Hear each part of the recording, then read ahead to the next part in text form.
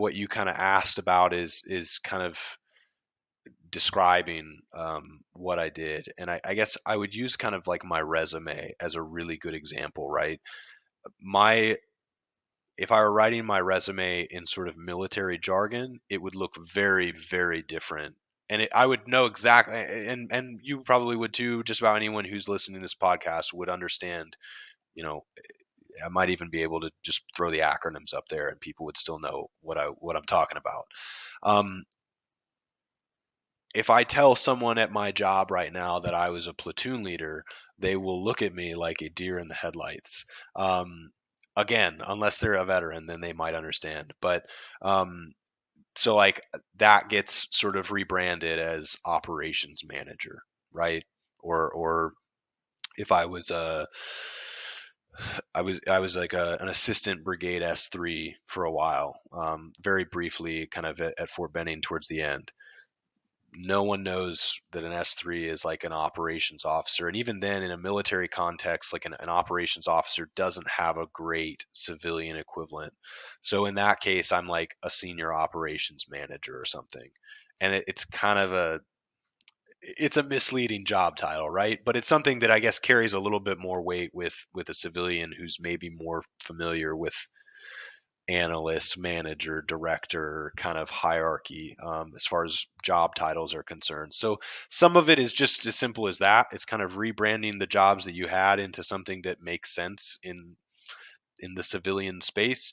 Another thing I think is just trying to kind of in whether it's on your resume or whether you're just talking to other folks, trying to adjust the language so that someone can relate to what you're talking about, right? Like if I went up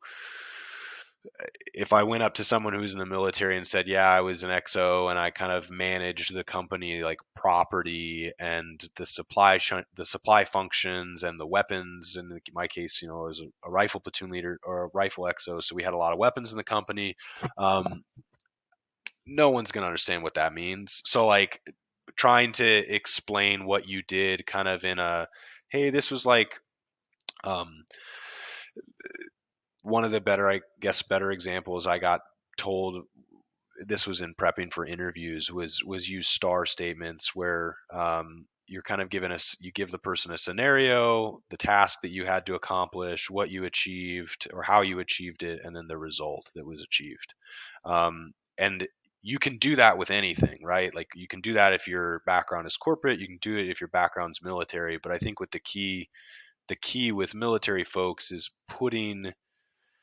um, putting what you did in the military into that kind of format so that it's more clearly understood. And they may not get all the vernacular, but if you're able to show that you kind of accomplished, you achieved some kind of result, um, and if you can clearly convey what that result was, I've found that percentages help with that. If we went to a range and the platoon qualified, 90% of them qualified expert, you just change expert to, they showed proficiency or something like that. And you retool some of the descriptors that you might commonly use to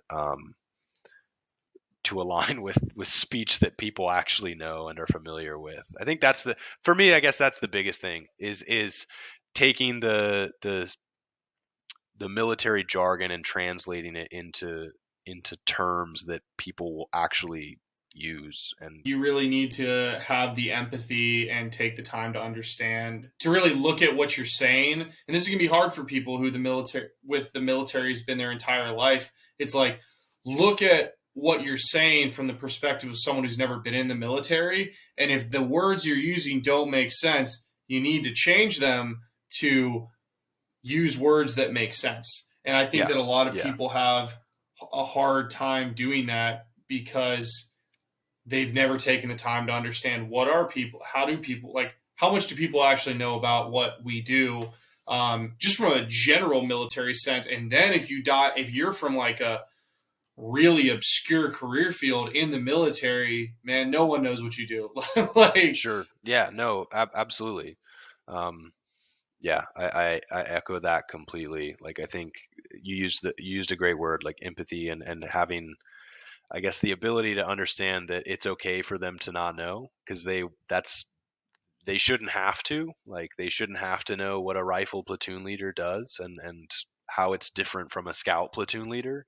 Um, it, it's your job to put it into terms that they can understand, and that's true. I think in interacting with peers and coworkers, it's also especially true when you're when you're interviewing for jobs, because if the recruiter can't listen to you and understand what you're talking about, that's a problem, obviously. So uh, from what I've seen in the corporate world, the and with my vast experience, um, the the general consideration I think is more how many direct reports do you have versus how many people are in your organization.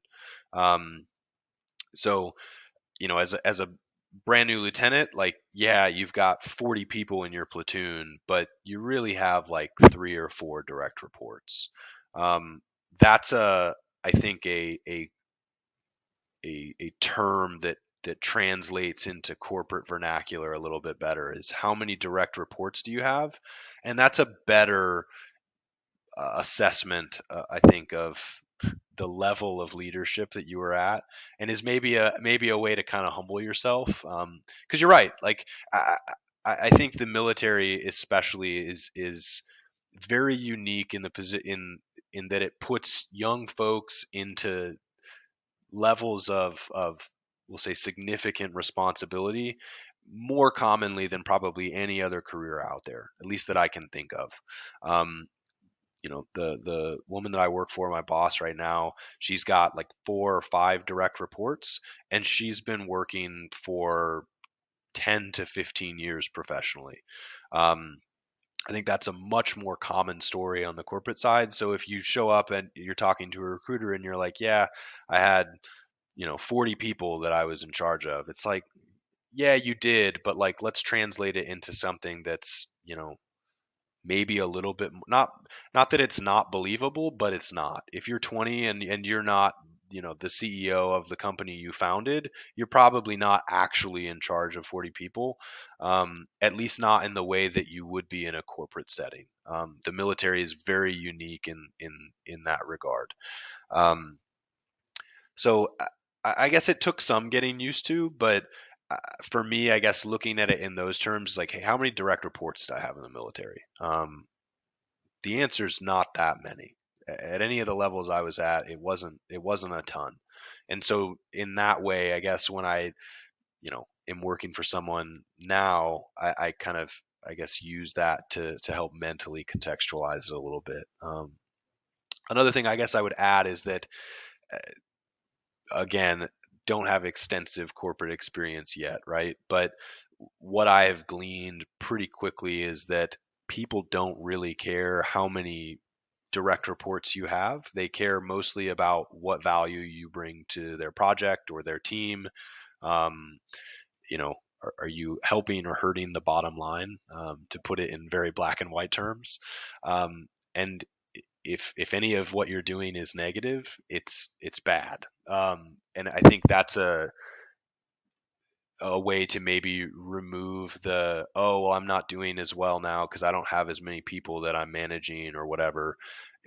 If you're helping the company, you're probably doing a good job at the level that you're at. And I think that's maybe a way to help remain humble, because like I said, the military is just very unique in that you're not put in charge of that many people that early in your career, really anywhere else. And I think it's important to kind of recognize that and help manage your own expectations in that way.